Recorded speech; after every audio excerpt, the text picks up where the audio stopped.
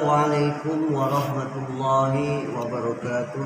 Waalaikumsalam. Alhamdulillahirabbil alamin wassalatu wassalamu ala asrofil anbiya'i wal mursalin wa ala alihi washabihi ajma'in amma ba'du. Qala Allah ta'ala fil Qur'anil Karim, a'udzu billahi minasy syaithanir rajim. Wa min ayatihi an khalaqa lakum min anfusikum azwajan litaskunu ilaiha wa ja'ala bainakum mawaddatan wa rahmah inna fi dzalika ayatin liqaumin yatafakkarun. Surat Ar-Rum ayat 21. Tujuan daripada menikah, perkawinan, mengadakan pernikahan adalah untuk mencapai hidup bahagia, sejahtera, sakinah mawaddah warahmah di dunia wal akhirah. Itu tujuan daripada nikah. Menikah sifatnya kekal abadi sesuai dengan fitrahnya.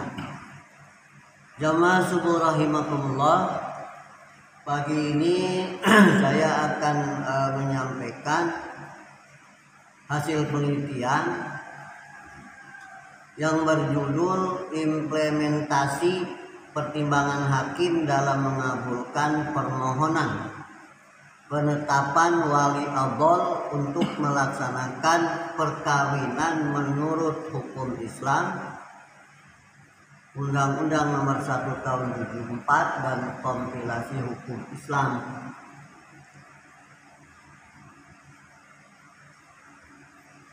Ada masalah-masalah yang dimungkinkan akan muncul. Yang pertama,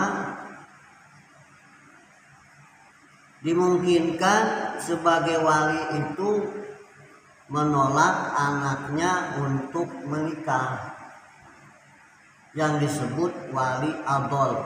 Dalam bahasa fikihnya, hukum Islamnya wali adol, wali yang menolak menikahkan putrinya untuk menikah padahal dia sudah dewasa, sehat, dan sudah mau menikah, sudah mendapatkan calonnya, jodohnya itu. Ya, mengapa walinya menolak? Bisa jadi karena mungkin anggapannya tidak sekufu, tidak seimbang, tidak sesuai, masalah kedudukan, masalah pangkat, masalah kekayaan. Ini kan hal-hal yang tidak harus dipertahankan. Kalau masalah akidah bolehlah ya menolak, ya kan? Iya. Oh, ini kan nggak seimbang misalnya, ya kan? Nah, bagi seorang anak perempuan kalau mau menikah ditolak oleh walinya, bagaimana akibatnya, ya kan? Bagaimana jalan keluarnya yang penting, ya. Nanti si anak perempuan ini bisa mengajukan mau menikah ke KUA setempat, ya, menceritakan hal-halnya. Wali saya menolak untuk menjadi wali saya menikah, padahal wali ini adalah merupakan rukun dalam perkawinan. Maka nanti pegawai pencatat nikah di KUA setempat itu akan mencatat bahwa si A ini, perempuan ini, dicatat bahwa walinya tidak mau melaksanakan pernikahan karena menolak, ya.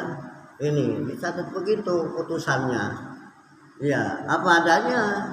Kalau pegawai pencatat nikah itu Setelah dicatat itu, inilah sebagai dasar nanti si anak perempuan ini mengajukan ke pengadilan agama untuk menetapkan atau namanya isbat nikah. Isbat nikah itu menetapkan bahwa dia nanti berhak untuk melaksanakan akad pernikahan dalam penetapan pengadilan agama. Ya tentu sistematika cara-cara bersidang itu ada aturan sendiri di pengadilan agama. Ya, jadi inilah salah satu dasar. Ya, nah nanti setelah pengadilan agama bersidang menetapkan ya bahwa si A, si perempuan ini berhak untuk mengadakan pernikahan walaupun walinya menolak.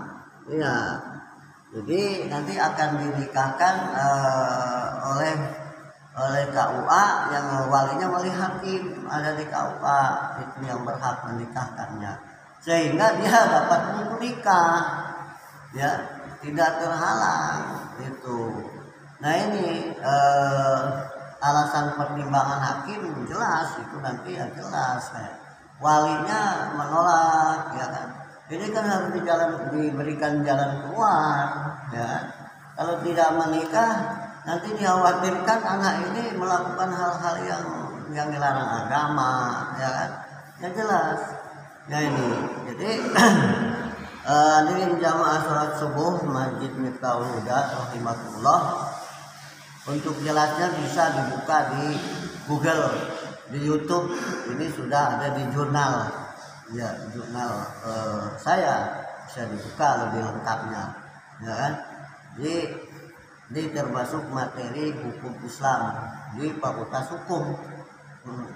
Saya mengajar di Universitas Bandar Lampung UBL ini, mengajar hukum Islam, fikih Islam, terkait juga mengajar pengadilan agama ya, peradilan hukum, peradilan agama. Ini kaitannya bagaimana implementasi ya pertimbangan hakim dalam menetapkan wali abol, wali menolak untuk menikahkan putrinya ya. Jadi yang perlu wali itu perempuan, kalau laki kan nggak perlu wali ya. Ya inilah ya, karena perlindungan hukum sangat penting, jangan dibeda-bedakan. Dalam peraturan perundang-undangan kita di Indonesia ini lihat pasal 1 ayat 3 Junto pasal 27 Undang-Undang Dasar RI 1945 ya. Jadi termasuk juga pasal 28, setiap orang berhak atas pengakuan jaminan yang adil ya, di dalam hukum ini.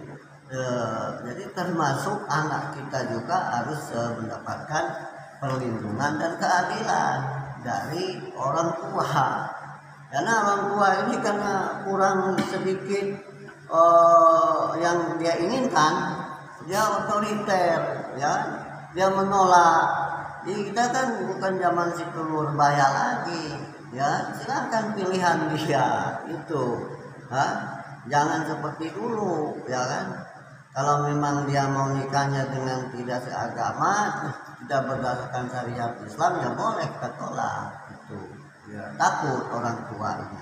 Saya kira ini Pak, pagi subuh ini dialog, boleh mau bertanya silakan singkat. Bagus ya, di sini hal-hal penting.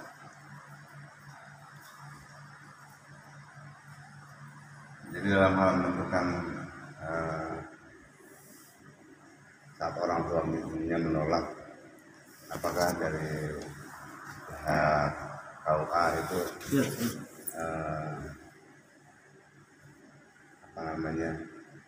perlu mengambil sikap mendatangi orang tua si pelapor untuk mendapatkan, bisa saja kan si pihak perempuan membuat sebuah laporan bohong gitu kan. Iya. Orang tua saya nolak, nggak mau menikahkan saya dengan alasan gini. Terus tahapannya apakah si KUA ini si pengadilan agama ini seperti apa sikapnya? Apakah dia datang kepada pihak si keluarga perempuan untuk menanyakan hal ini, terus memintakan persetujuan untuk menggantikan kedudukannya sebagai wali nikahnya gitu. Ya. Saya pikir itu. Ya. Hadirin rahimakumullah, ada satu pertanyaan yang sangat penting sekali dari Pak Agus Suherman, Ketua Masjid Tabung Buddha, ya. Bagaimana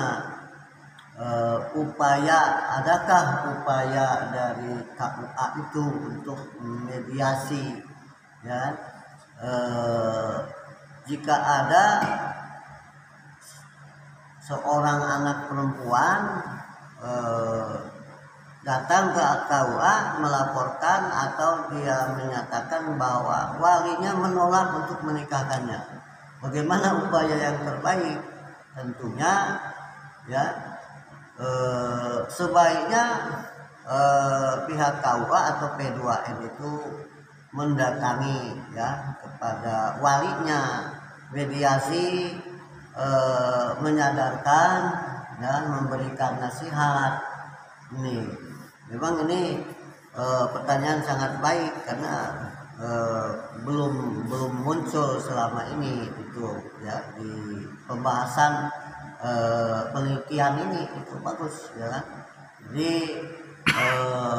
P2N itu atau melalui KUA, ya,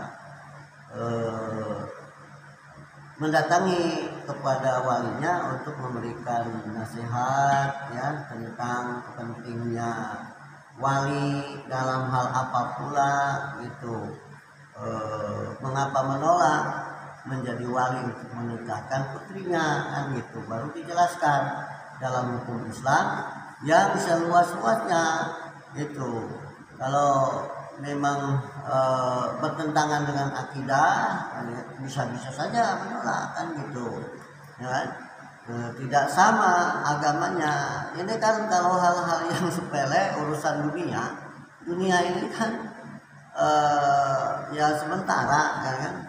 Jadi disadarkan, dinasihati, memang bagus itu, ya kan? Misalnya ada hadis Nabi, nikahilah wanita itu dijelaskan, ya, bukan ngajarin P2N, ya kan. Ya, nikahilah wanita itu karena hartanya, ya kan, karena kecantikannya, kegantengannya, ya kan, karena dunianya lima liha, ya, lidiniha. Ini utamanya karena agamanya, ya. Fatwa yadaka, maka kalau karena agama, insya Allah dia akan bahagia dan beruntung. Karena kalau hanya sekedar harta, pangkat, nasab, keturunan, dunia ini hanya sementara. Bisa aja seketika dia hilang, ya kan? Ya, soal harta ini. Jadi tidak wajib ini, ya. Yang wajib itu lidiniha, yang paling penting itu. Karena ini kalau soal harta ini duniawi, ini sementara, bisa berubah, ya insya Allah. Ya, memang upayanya itu bagusnya ya ditemui dulu lah daripada menemui jalan buntu, ya, sebelum lanjut, ya, ke pengadilan agama, kan panjang cerita itu. Terima kasih Pak atas pertanyaannya, bagus. Ada lagi Pak? Silakan.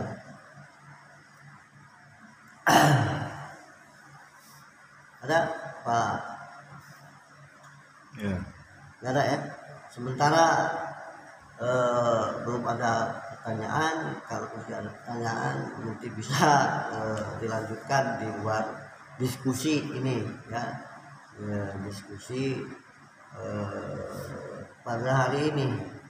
Anggap aja ini mengisi satu kegiatan kultum di masjid, ya, taklim di masjid sangat penting bagi kita, ya. Demikian, kurang lebihnya mohon maaf, ya, tidak ada kekurangan, itu dari saya sendiri, dan ada lebihnya itu dari Allah SWT karunia. Amin. Wassalamualaikum warahmatullahi wabarakatuh. Waalaikumsalam.